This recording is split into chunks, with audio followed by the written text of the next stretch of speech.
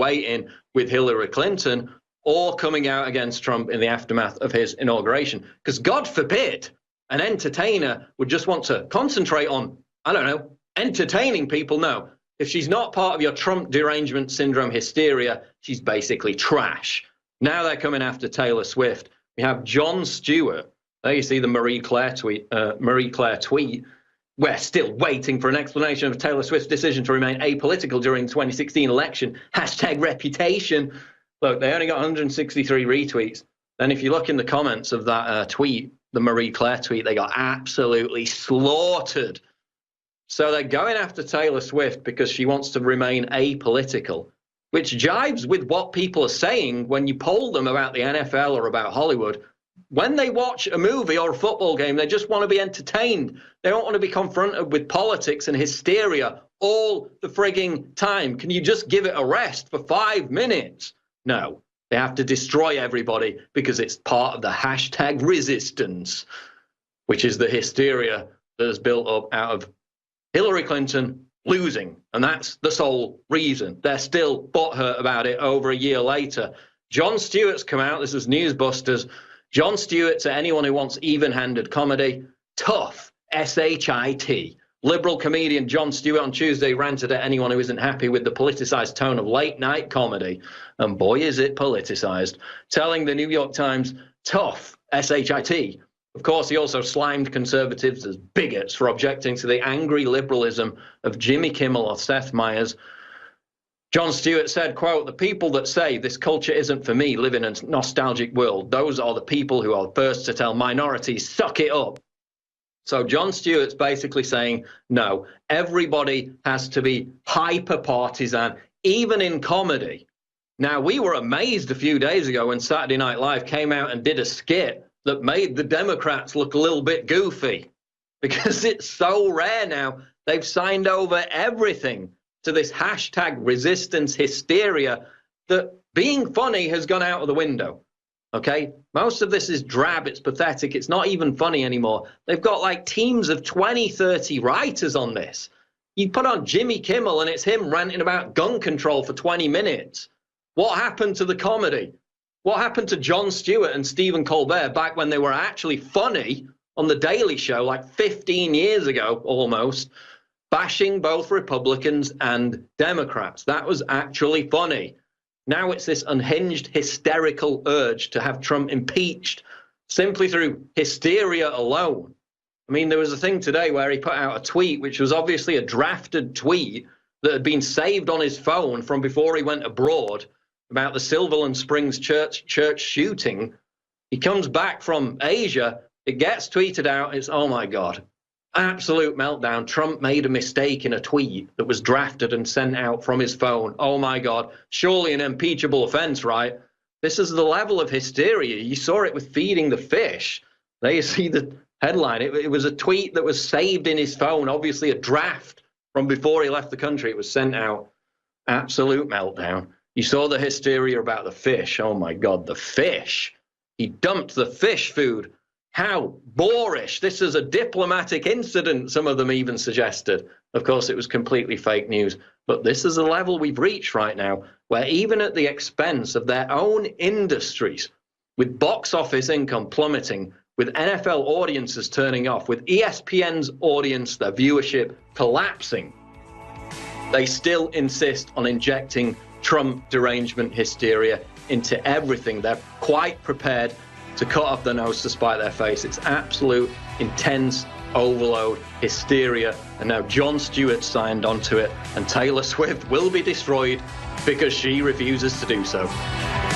Don't go away. This is the Alex Jones Show live. Breaking news at INFOWARS.com. We'll be right back. Ladies and gentlemen, we are now into hour number 2. I am your host, Alex Jones. We just had Paul Watson on, extremely powerful information and analysis. And we've got more with Paul in a tape report he did, The New Sexual Puritans, showing how the left is equating normal sexual activity and normal courting between men and women as sexual assault. but then basically trying to cover up for what Hollywood and other organizations are doing when it comes down to trying to even mainline pedophilia. So that's all coming up a little bit later in the hour. More with Paul Joseph Watson. Now, we've got some really serious news I wanted to just mention before I get into the big news that's up on INFOWARS.com from Paul Joseph Watson. Ex-Secret Service agent claims Biden engaged in Weinstein-level groping. He would mess with every single woman or teen. It was horrible.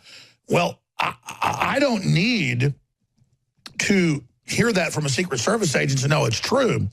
We have put out, over the last 4 or 5 years, it's got to be more than 15 reports, some of which are an hour long. And Paul Watson has a bunch of examples of these in his article of 3-year-olds, 5-year-olds, 8-year-olds, 10-year-olds, 12-year-olds, 13, 14. I mean, he comes over, grabs them by the arm, is clearly rubbing on them, rubbing on their buttocks. It is the creepiest thing I've seen since that drag queen festival they had last weekend in Austin, where men are shaking their butts in small children's faces and dressed as women, and then little girls and boys are giving them money, and then men are totally naked except for glitter on their genitals. So it just goes on and on. Creepy Joe Biden has been known for this for decades, but he does it on C-SPAN. He did it when he was in the White House as the VP. And so I think it's critical, coming up later in the broadcast there, maybe with Owen Schroyer at 3 o'clock on the War Room, maybe we should just air during a 3-hour show, maybe an hour of groping, because you've got to see it to believe it. I know we're mainly a radio show, but we can give you commentary of it. You got to go see it for yourself. Now, here's the deal. The Democrats are defending Biden. They've been defending Bill Clinton for decades. When we first heard that Roy Moore was being accused by people connected to Hillary's previous campaign, who'd worked for her and who'd worked for the candidate who he's running against, Mr. Jones in Alabama, I thought this looked suspicious because we saw false charges against Trump that turned out to be totally made up by Jane Does that didn't exist. And I said, wow, the news is he told girls they were pretty, because that's what I first read. But then by the time Moore came out that same day last week, what was it, Wednesday, Thursday, by the time Moore came out on Moore, it was like, well, I did date teens when I was 35, but I did ask their mama's permission. And that's the creep zone, okay? It's weird. And then the trolling around the malls trying to pick up teenage women, okay? That's not illegal, but it's creepy. And it's par for the course for these politicians. So now Stephen Bannon has turned on him. Drudge Report has the headline, Bannon turns on Judge Whore. Now, I'll say this. There's been no allegations of this past the time he got married. And I don't think what he did was probably illegal, but we don't know. The issue here is the headlines are being run that revolutionary Republicans, Trump-supporting Republicans, libertarian Republicans, Freedom Caucus Republicans are stumbling, are crippled, are in deep trouble, or are having huge problems dealing with the fact that all of this is unfolding, and it hurts their brand. Alabama Senate nightmare leaves Republican revolutionaries spiraling. Wait, Hollywood has hundreds and hundreds and hundreds of people that have been caught engaged in pedophilia, you name it. You've got raping of children, and none of them are even getting in trouble. Where are the indictments? Where are the criminal arrests? So again, you have these two different yardsticks where conservatives find some bad apples or potentially bad apples, and it's the end of the world, and we all take on the guilt, and it's our fault. No, it's not my fault. Judge Roy Moore may have been involved in some creepy behavior. And all I'm saying is, if you're going to have national news about the sexualization of teenage women, 16, 17, 18 years old, as low as maybe 14, which I think starts getting into the pedophilia zone, you know, serious issue, not just statutory rape, then we've got to look at the drag queen festival they had in Austin and all these others where full-grown men come up and shake their butts in little boys' and little girls' faces and then pose naked with only glitter on their genitals with little boys dressed up like girls and then kiss on them. I mean, I don't even want to show the photos again we showed that they posted on their own Facebook of men with nothing on with little kids.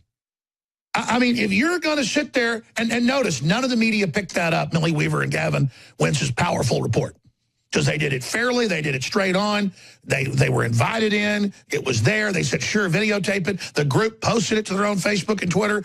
There's hundreds of YouTube videos the groups shot. They were live streaming. They were completely proud of men on stripper poles hanging down with 3-year-old little white kids and black kids and little girls and boys walking over confused, giving $5 bills to obese men wearing thongs and garter belts.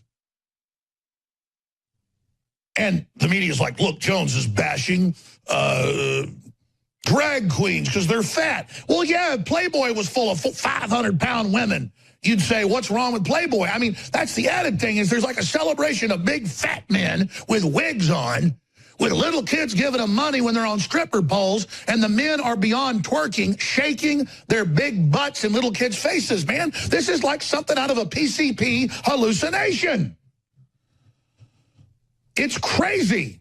It's absolutely insane that no media covered it except Media Matters, run by George Soros and David Brock. And they didn't say what I was talking about in their article. They just had a little snip of me saying, why are so many of these drag queens super fat? I mean, what is the issue? So I was showing a transsexual libertarian lady, Blair White, that got beat up for wearing a Make America Great Again hat. And I said, where are the ones that look like this lady? I'm just saying, why is she a libertarian and then the liberal drag queens or transsexuals are super ugly? I mean, I have a right to say that what is up with a bunch of ugly men dressed like women shaking their butts in little kids' faces?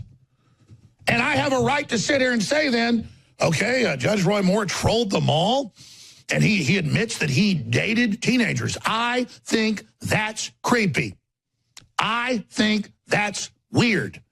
I don't think it's illegal, but if some of the stuff's true, and it's been put into question because they're Democratic operatives and other things, I've got some serious questions. And again, it's not like I am the ultimate Puritan on the planet, okay? It's just that it shows arrested development in a man when he's 35, if he's going after 16-year-old girls, and then asking their parents if he can date them. It just sounds like some type of weird Netflix series about a creepy, weird town or something. I'm sorry. Now, again, Hollywood's 10 times, 20 times, 100 times more creepy with devil worship and pedophilia and sexualization of children and targeting the family and targeting America and going after everybody. So I am way more mad at them, and then I'm even madder that the whole media is covering Judge Roy Moore and some of his what appears to be creepy behavior versus the giant mountains of stuff they're involved in, and Joe Biden groping little girls hundreds of times on television, grabbing them, taking control, fathers reaching over and pushing him aside, little girls up there in the Senate, and here comes Biden trying to grab on her, and Senator Sessions slaps his hand. That was only 2 years ago. We've got the footage of that. I mean, this is crazy. This is out of control. This is the reality of what's going on, and we have to face it. And it freaks me out to go, Judge Moore too? I mean, good God, how many of these people are there? What happened? I mean, I just had no idea there were so many people into children or into underage people, and it makes me want to throw up, and it wants me to find out why this is happening, and it makes me want to stop it. But is the Republican Libertarian Revolution derailed if this is true, that one guy was on the weird spectrum but not even in the pedophile spectrum, so we're now all guilty, but Hollywood's a bunch of angels? No! Part of the radio show today is live with me in studio, and Paul Watson as well from London. But part of it is also taped while I take care of business in and around town. But I will be back in studio here coming up in just a little while. Well, you talk about hypocrisy, and I want to be clear before the media spins this, the fake news media, the corporate media. Judge Roy Moore involved himself in creepy behavior in his own admissions, courting girls that were 14, 15, 16, 17 years old. I don't care if it was 35 years ago. It was weird. Is it pedophilia? No, but it does border on very, very serious creepiness. And if he forced himself on some of these young women, it would be statutory rape. But they're not saying he raped him. They're saying he tried to force himself on him. So that would be sexual assault. That said, we have hours of footage of Joe Biden roping little girls and women on television, on C-SPAN and at the White House on national television. There's hours of it. Paul Watson has an article out today where a Secret Service agent has come out and said that it was Weinstein level of women and teens. Well, I don't need to know that from the Secret Service agent or others. He does it on television. Hell, we got Senator Sessions swatting his hand away from a 5-year-old girl on video. I mean, it's well known he's like Weinstein. These people are completely entitled, out of control. We've got countless videos of fathers pushing his hand off their daughters. I mean, he grabs them by the arm, he pulls them into him, he says, "You're gorgeous, you're beautiful," whispers in their ear. More aggressively than I did to women in college that I wanted to pick up, you know, at a bar or wherever. I mean, come over, tell them they're gorgeous. Let's dance. Let's go have fun. Hey, let's go see a movie. What do you like to do for fun? And only they looked interested when I started petting them on the arm. This is like a 20-year-old woman, not grabbing them by the arm. I mean, women would bolt if you did that. So there's a super creepiness to this. And all I'm saying is, if the Republican Party is going to sit there and decry Roy Moore and flip out about all this and act like it's the end of the world, why are they so silent on Bill Clinton and on Joe Biden and on even Weinstein? We hardly hear from them. And the truth is, because they're going with the mainstream media, and they know the mainstream media is aware of their scandals, and a bunch of them have mistresses or are gay or have been dating underage women or boys, young men, and or pedophilia. Remember Barney Frank said, everybody better stop investigating my 3-story townhouse that they were running an underage brothel out of. I mean, 12, 13-year-olds. That was confirmed. That was the low end. Most of them are like 16, 17. It's criminal. And he said, half the people in here are involved. So you shut it down, you shut it down now. That's on C-SPAN. And, you know, a lot of congressmen and folks have exposed it. They end up dead. So this is the secret society system they use to control people. And all I'm saying is, when we first heard he was telling people their daughters were pretty and all this, when they were 16, 17, I thought, well, a little creepy. But now we're hearing all this other stuff. It's bad news. And the Republicans are calling him Judge Roy Whore. And that's the headline on Drudge, Judge Whore. Bannon turning on Judge Whore, and now the media is branding it like conservatives are to blame, and that conservatives are now discredited, and the whole libertarian movement's discredited because we got one guy trying to ask out girls that are underage. You got Biden telling them they're sexy and they're pretty when they're 8 years old on video and patting on their butts and feeling all over them, and some of the parents come over and go, "Whoa, dude," and like push him off. We've shown the footage, we've covered it, but the media never picks it up. But Paul Watson has a bunch of examples posted in his article. Ex-Secret Service agent claims Biden engaged in Weinstein-level groping. How far are we into this live feed? We are 4 minutes. Fantastic, because I'm going to go another 4 or 5 minutes to finish up for this segment. Then I'm going to continue on for everybody watching live, and we'll air this on the radio later as well. Because what I do is when I got family stuff to take care of or whatever, I'll tend to come in and take part of the show early or have guest host on. But there's so much breaking news that I'm going to be popping in and out today live, and live feeds I'm going to do that will also end up being taped that we air on the radio. So here it is. Ex-Secret Service agent claims Biden engaged in Weinstein-level groping of women and teens. Quote, "It was horrible." Well, that's par for the course here. So all I'm saying is, if we're going to have a national conniption fit over Judge Roy Moore, that we don't have video doing any of this, and a lot of it's been proven to be untrue and political operatives. But Moore admits he was pursuing 16-year-olds at 35. I mean, I'm sorry. I think that's creepy. But it's kind of an old-timey thing. It's kind of like the Muslims do, where, well, before your daughter runs off with the wrong guy, see if the young prosecutor, wants to end up marrying your daughter when they're 18. That is an old Southern thing. People used to get married when they were 13 on the wagon trails. Founding fathers, some of them had 16-year-old wives. The point is that back then, development wasn't arrested. You were doing chores when you were 5 years old, shooting guns when you were 5 years old, and as soon as you went into puberty, a few years, families would try to get you with an up-and-coming successful man so that you would be well-placed. The Muslims do it to the extreme, and I don't like all that orthodox stuff. So That's where I stand as a father of $3, man. If some 35-year-old man came around and wanted to date my daughter when she's 16, I got a 14 and a 9-year-old daughter, and I've got a 6-month-old daughter, I say, listen, man, that's creepy. Get the hell out of here. The argument is, okay, well, your 16-year-old daughter probably date gangbangers, and end up getting, I mean, I understand the whole mindset of, what your daughter brings home, a white supremacist maybe, or a thug, or a prisoner, a prison guy, or a gangbanger, or a drug dealer. That's where this comes from, this fear of rural conservatives, that if you could introduce your, young daughter to the 25-year-old guy whose daddy owns a lumber yard, well, she's going to be well placed. That's where this comes from. I'm not defending it. I'm not supporting it. What I'm saying is we have Bill Clinton. We have Joe Biden. We have Weinstein not indicted yet. We have all this off the radar now. And the hundreds of convicted pedophiles still working in Hollywood and all of it. And the only thing on the radar is Judge Roy Moore. Meanwhile, Al Franken joins the House Intelligence Committee hearing we had last week. This is the Senate, calling for all conservative media to be banned off social media, Twitter, Facebook, Google, YouTube, all of it, because we're Russians.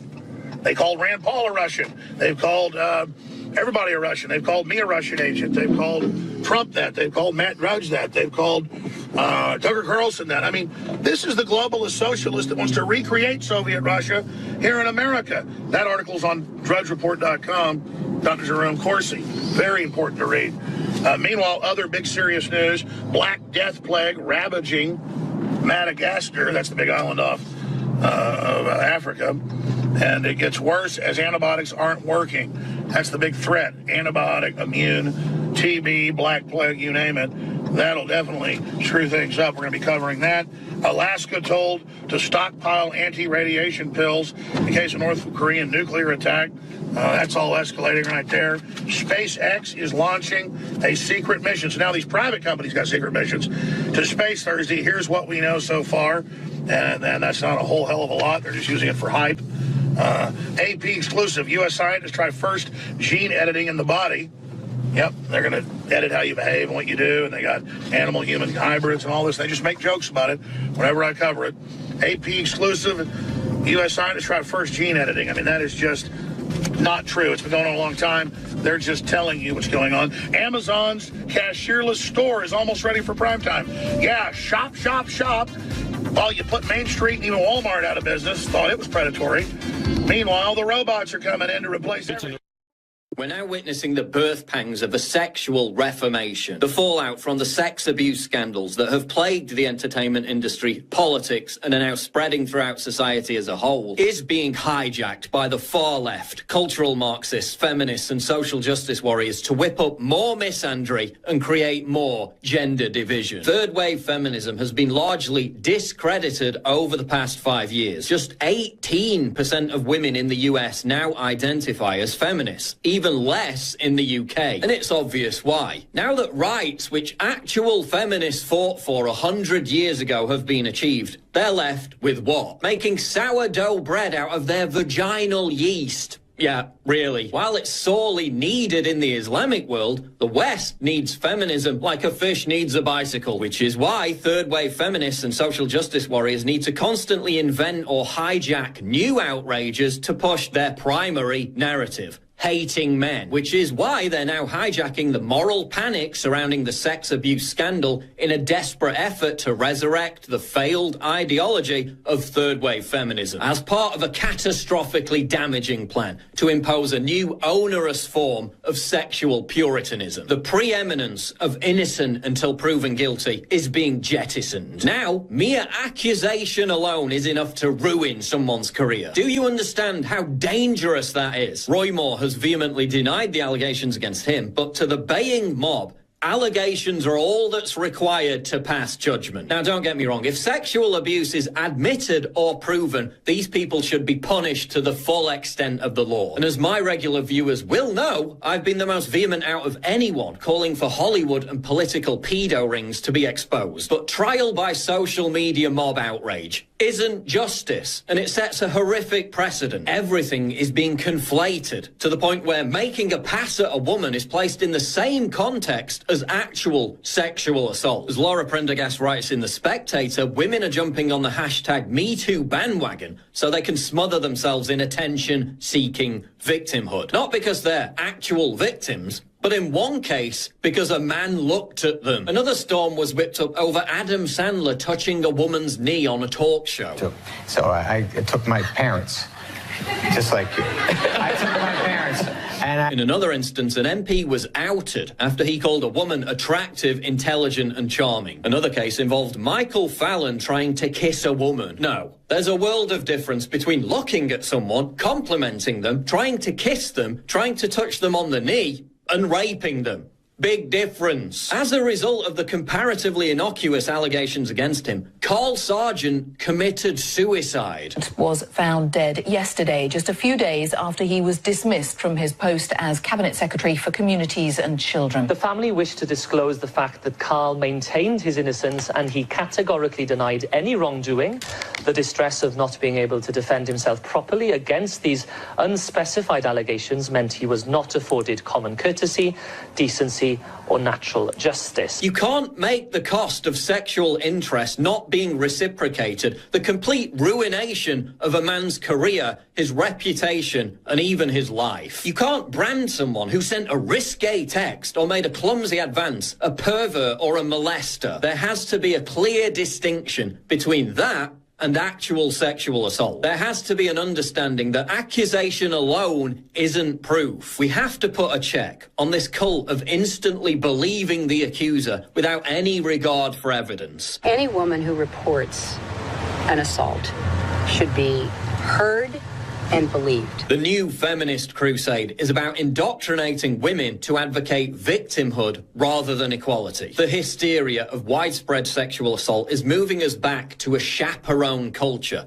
a modesty culture. From proposals to segregate trains, to banning scantily clad women in advertisements, to modesty wear on catwalks. The irony is that we're moving closer to how Islamic societies treat women. We're mimicking the most misogynistic places on earth. And what pisses me off the most is that these same feminists now hijacking this scandal to legitimize their crusade against straight white men have for years now ignored the fact that we're importing a real rape culture in the form of mass Islamic immigration, a policy that has resulted in women being molested en masse on numerous different occasions. Cologne, Germany, where large crowds of what police describe as Arab men began sexually assaulting terrified young women. Dozens of men surrounded her and her female friends, touching them everywhere. Sex attacks by migrants against women in multiple European countries are skyrocketing. What did feminists have to say about that? Nothing. In Cologne, feminists responded to the mass molestation of women by migrants on New Year's Eve 2015 by visiting the local migrant centre and handing out roses. Something sinister is happening. Whereas the rules and dogma of sexual morality were once enforced by religious groups, they're now being enforced by feminists. This is a sexual counter-revolution, and sex-negative feminists are the new Puritans. Young men in the West have already had their confidence decimated by years of being hectored about toxic masculinity, years of lies and smears about a college rape culture that was completely exaggerated. Many young men are now growing up terrified of even approaching women for fear of being seen as predatory. This actually serves to fuel the online hookup culture, where mindless sex is understood as the common outcome, but it's ultimately disastrous for stable, strong, long-lasting relationships. Men are being lectured like little boys born with original sin about what behaviours are acceptable. Case in point, this article, 20 things men can do right the fuck now to support women beyond just literally ceasing to sexually harass us. This feminist just brazenly exploits the whole Me Too hashtag outpouring to demand all men become deranged social justice warriors to make up for it. Support abortion. Shut up. Stop watching non-ethical porn. Support Black Lives Matter. Don't use pejorative terms like SJW and feminazi. This is what I'm talking about. You don't want to be like all those evil sexual abusers, do you? Oh, well, you better sign on to all my demented far-left political beliefs then. No. Go fuck yourself. That's not going to happen. As Douglas Murray writes, this isn't a guide to helping men. It's a manifesto for torturing them. Feminists feminist Lindy West was given a platform by the New York Times to make the same twisted argument. Men are evil and sexist, and they need to repent by embracing all my political viewpoints. Men 1963 to 2016. Why are feminists such man-haters? Men 2017. Oh! You see what they're trying to do, right? Men are being browbeaten into accepting blame for the entirety of the sexual abuse scandal just because they happen to have the same genitals as the abusers. The question is not,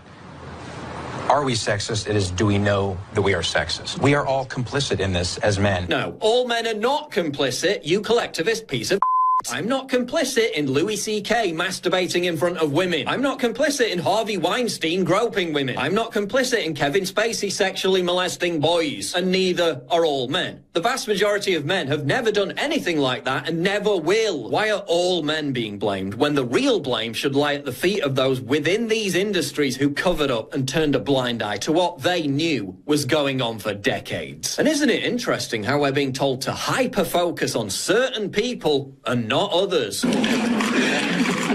Look, when you castigate an entire gender for the actions of a relative few, you don't create more respect for women. You create resentment and more division between the sexes. You create hypocritical, virtue-signaling, soy boy male feminists who invariably turn out to be abusers of women, having lectured us for years about how misogynistic we are. This whole hysteria is being exploited by postmodernists to resurrect the idea that men, the patriarchy, and ultimately the capitalist system itself is a perverse architecture of oppression that needs to be torn down. And let's not be naive. Sexual abuse is abhorrent, but if you're going to claim that some women don't sleep their way to the top, you're a liar. Sorry if that offends you, but it's true. And it doesn't mean that all women are sluts. It's also true that some men abuse their power to bully women into sex. But that doesn't mean that all men are would-be rapists. Fact is, power is an aphrodisiac, and a lot of women throw themselves at powerful men. This leads powerful men to believe that they can just have any woman,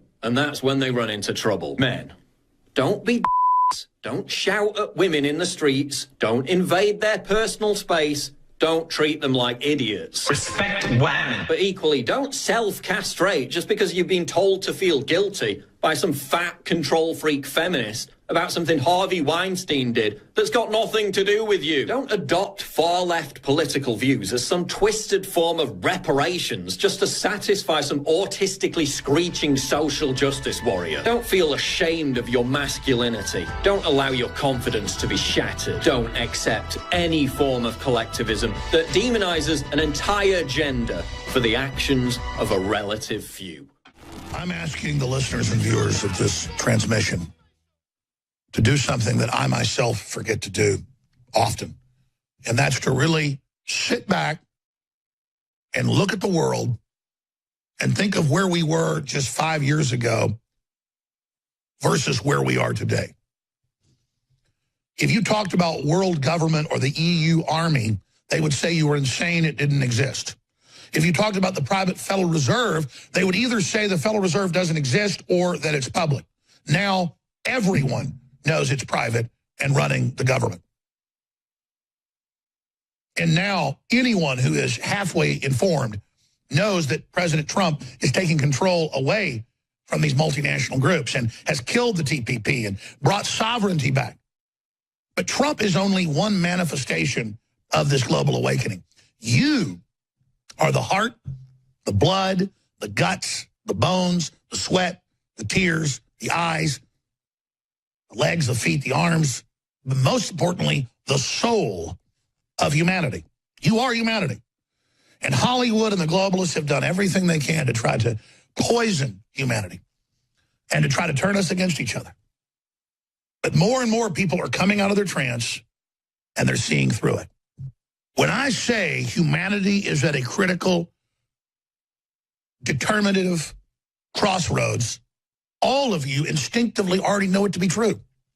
I'm only saying things that you already know at your gut level, at a spiritual level, at an economic level, at an intellectual level. And so we know what's happening. We understand what's going on. And the globalists have now gone from denying their global program to now having to admit their program, which is a very austere, anti-human, neo-feudalistic, artificial dark age meant to suppress technological development and economic development for aspiring humans. It is the ultimate class system, assaulting language, assaulting families, assaulting fathers, assaulting mothers. It is clearly and admittedly a cold-blooded scientific takeover system meant to destabilize humanity, poison humanity, dumb humanity down, and then phase us out through slow motion, soft kill, population reduction. And that's really the overriding message here, that this is a fight for our lives. This is a life and death struggle against the globalist. And we all need to just continually reassess the fact that we have a purpose-driven life. And the purpose-driven life is to be strong, to stand up for what's right, to build a better future for our children and a better world for all our children to live together in. And if that's the case, then we have to focus on the technocracy and what their goal is, and we have to face the true horrors of the program if we're ever going to have a chance to beat it. But the good news is, despite the fact that this program is so incredibly evil and people had trouble believing it was real, now that it's been forced out in the open, humanity is assessing the crisis and assessing the obstacles and very, very quickly developing systems and mass movements based on individual action that will bring this technocracy down. The social engineers of the New World Order want you to live in a haze. They want you to sleep. They want to be able to engineer your life and use you as a human resource cog. And as humanity awakens, they are intensifying their propaganda. They're intensifying their cultural war. They're intensifying their sabotage with electromagnetic radiation and toxins in the food and water in an attempt to bully you back into submission. So I ask you now to reflect on the fact of how important you are and how incredibly central it is that you redouble your efforts to spread the word and to speak out and to take action and to expose the globalist, but to also then offer a better system, which is the classic Americana, Judeo-Christian ethos that has made us so successful. But if we're going to preserve our republic and preserve our planet and have a way forward into all the incredible things that we're already discovering, we're going to have to admit to ourselves that the globalists are here, that they don't intend in cohabitating with us, and that they want to reduce world population forcibly so that they can inherit the earth and all the spoils for themselves. And that doesn't mean that we aren't overpopulated in some areas. It doesn't mean that humanity isn't fallen and, quite frankly, disgusting in many ways. It's simply realizing that the very worst of us are the ones that realize this and are taking advantage of the weakness to get full control, when those are the very types of people that have already engineered the system to make the public servile, wicked, corrupt, stupid, and lazy. The very worst of us are opportunistically making the crises as bad as they can and getting powerful and wealthy off of it at the expense of all of humanity and all the life on the planet and us individually. That's why we must oppose Hollywood. We must oppose the big central banks. We must oppose the communist systems in China. We must oppose the New World Order. We must empower humanity again. We must promote systems that make families strong again. We must rediscover what makes us strong: God, liberty, justice, freedom, hard work, focus, truth. And together, we can survive and thrive and go to the stars together. But the globalists want you to believe in a dystopia. That's why every movie, every show, every system they put out is about a dystopia. So you accept a nightmare future instead of taking the undreamt of amazing future that we can all have together if we are simply strong now and stand up for what's right. And by the way, the globalists sell the idea that being involved and being passionate is tiring and disempowering. It's the opposite. The animating contest of liberty is what will fulfill you. The journey towards a better world and a better universe is the destination. Our imperfection is our perfection. The great arc of human development is the vision in God's mind, but his creatures have free will and must decide to dance to the music he's playing, must decide to accept the world he's offered that we build. We are God's nanotech. We can build anything. We can do anything. We're made in his image. The globalists know that. They want to hoard that knowledge for themselves and go into the future alone without us. So you should know those decisions are being made without you. And they use terms like conspiracy theory so that you won't look into it, so you'll be lazy. Whether it's human-animal chimeras or human brains in rats we told you about 20 years ago, or fluoride-lowering IQs in babies, everything we told you is now being admitted because they can't hide it anymore, because enough people have actually gone out and researched. We've already reached critical mass to a great extent, and all the pushback we see is the desperate death throes of the globalist. So again, thank you all for being part of InfoWars, and thank you all for standing strong for justice, and thank you all for supporting what we do here. Because without you, ladies and gentlemen, and without your action, without your will, and without your spiritual love of God, without your prayers, without your connection, and all of us coming together, we don't have a prayer. But if we do come together, nothing on earth can stop us, because God will work through us. I'm Alex Jones for newswars.com, prisonplanet.com, and infowars.com.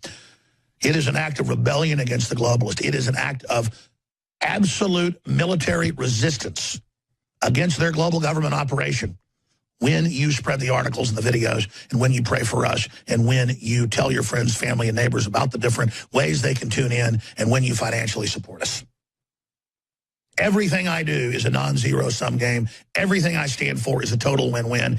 Everything I am promoting is about a future for me, my children, and that means your children, in a world together.